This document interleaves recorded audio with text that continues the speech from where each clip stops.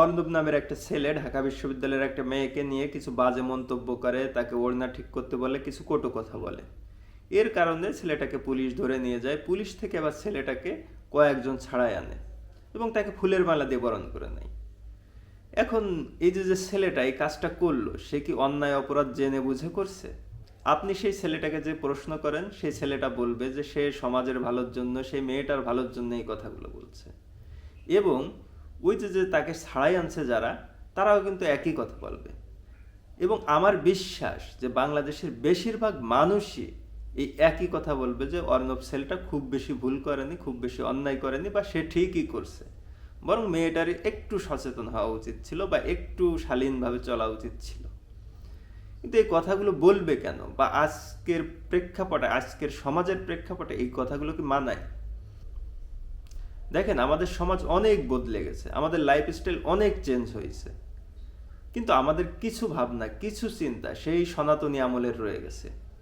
এই চিন্তা, এই ভাবনাগুলো কিন্তু আমরা পরিবর্তন করতে পারিনি, এবং আমাদের এই চিন্তা ভাবনাগুলোকে আরও প্রশ্রয় দেওয়া হচ্ছে বা আরও জাগায় তোলা হচ্ছে।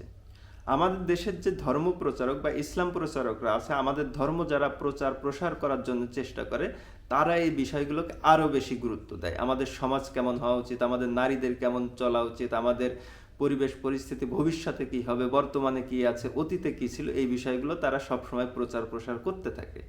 এখন তারা কিন্তু আমাদের সমাজের সাথে আসলে তাল মিলাইতে চায় না, বা তাল মিলাই চলে না। সেই জন্য সমাজের যে ধারাটা চলতেছে বা সমাজের যে বাতাসটা, সেটা তারা আসলে গায়ে মাখে না, বা তাদের পর্যন্ত পৌঁছায় না।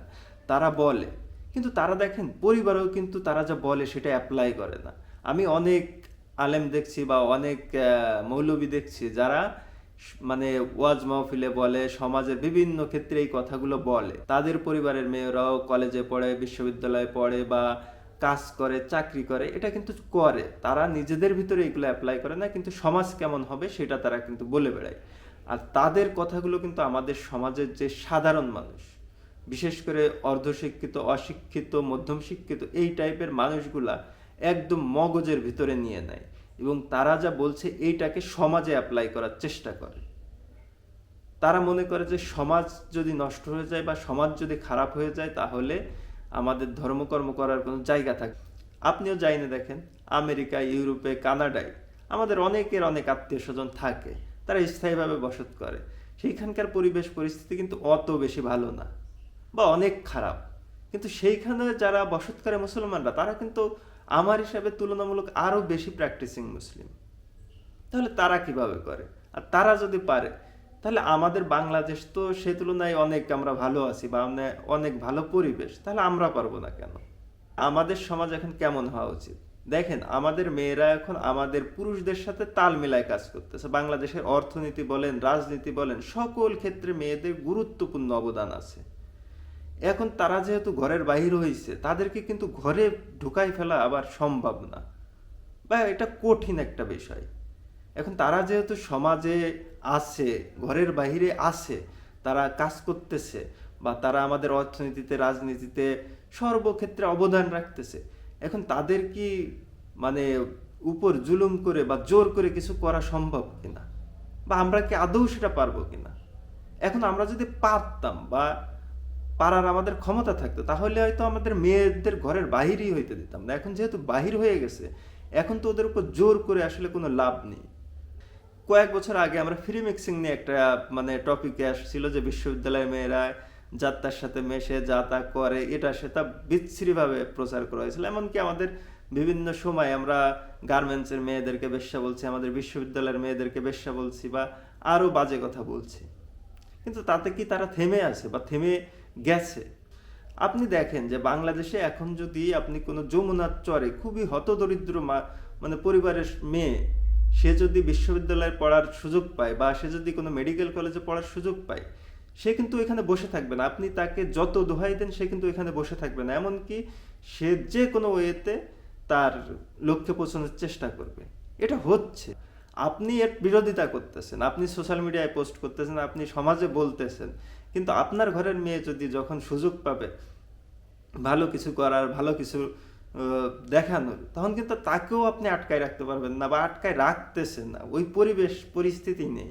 আপনি যদি কিছু বলতে চান, আপনার ভাই আপনাকে ঠেকাবে, আপনার স্ত্রী আপনাকে ঠেকাবে, আপনি পারবেন না। আর যদি পারেন তাহলে সেটা নিজের পরিবারের ভিতর করেন। এই বাইরে এসে পরিবেশ নষ্ট করা, সমাজ নষ্ট করা বা উচ্ছৃঙ্খলা বিশৃঙ্খলা করা, এটার তো আসলে কোনো মানে নাই।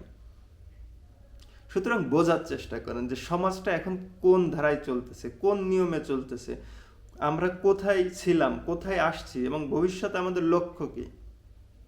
আপনি যদি চান যে হ্যাঁ আমার মানে সমাজকে আমি আর এগোইতে দেব না, তাহলেও কিন্তু আপনি ধরে রাখতে পারবেন না। সমাজ সমাজের গতিতেই চলবে, দেশ দেশের গতিতে চলবে, মানুষ মানুষের গতিতে চলবে। এই মোরাল পুলিশিং বা এই জোর জুলুম, এইগুলা করে কিন্তু আসলে কিচ্ছু সম্ভব না। এই যে আমাদের ধর্মের প্রচার প্রসার করতেছে যারা, বা ওয়াজ মাহফিল করতেছে বা বিভিন্ন মিডিয়া মাধ্যমে ধর্মের কথা বলতেছে, ইনাদের কিন্তু আরো বেশি বোঝা উচিত, এবং ইনরা যদি বুঝে সমাজের মানুষকে বোঝানোর চেষ্টা করে, তাহলে আরো বেশি কার্যকর হবে।